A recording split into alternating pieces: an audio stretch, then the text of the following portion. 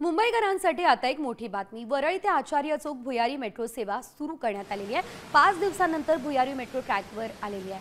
26 मे रोजी झालेल्या मुसळधार पावसात मेट्रोच्या आचार्य अत्रे चौकात पाणी साचलेलं, स्टेशनमध्ये चिखलाचं साम्राज्य झालं होतं। त्यामुळे मेट्रो बंद करण्यात आली होती। मात्र आता ही मेट्रो पुन्हा ट्रॅकवर आली आहे।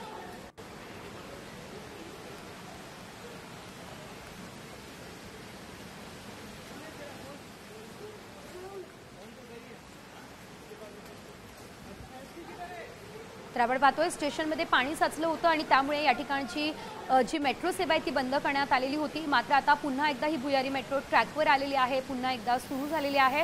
ॲक्वालाईन यापासून ही मेट्रो जी आहे ती वरळीपासून ॲक्वालाईन पर्यंत चालत असते। मात्र आता पुन्हा एकदा ही सेवा जी आहे ती सुरू करण्यात आलेली आहे। स्टेशनमध्ये पूर्णतः पाणी साचलेलं होतं। केवळ ट्रॅकवरच नाही तर अगदी प्लॅटफॉर्मवरही पाणी दिसत होतं। आता सध्याची काय परिस्थिती आहे याचा आढावा आमचे प्रतिनिधी गिरीश कांबळेंनी घेतला, पाहूयात।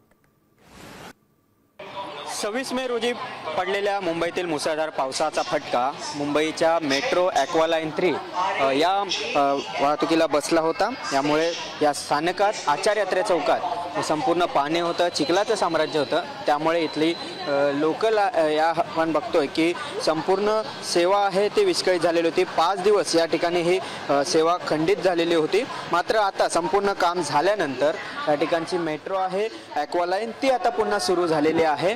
एकंदरीत आचार्य अत्रे चौक पहिल्याच पावसात आहेत, चिखलाचं पाणी भिंत कोसळून या ठिकाणी आत पाणी शिरलेलं होतं आणि त्यामुळे ही सेवा आहे ती खंडित झाली होती। मात्र आता या काम केल्यानंतर 5 दिवसानंतर ही सेवा विस्कळीत झालेली ही मेट्रो ॲक्वालाईन 3 सेवा आहे ती पुन्हा एकदा सुरू झालेली आहे।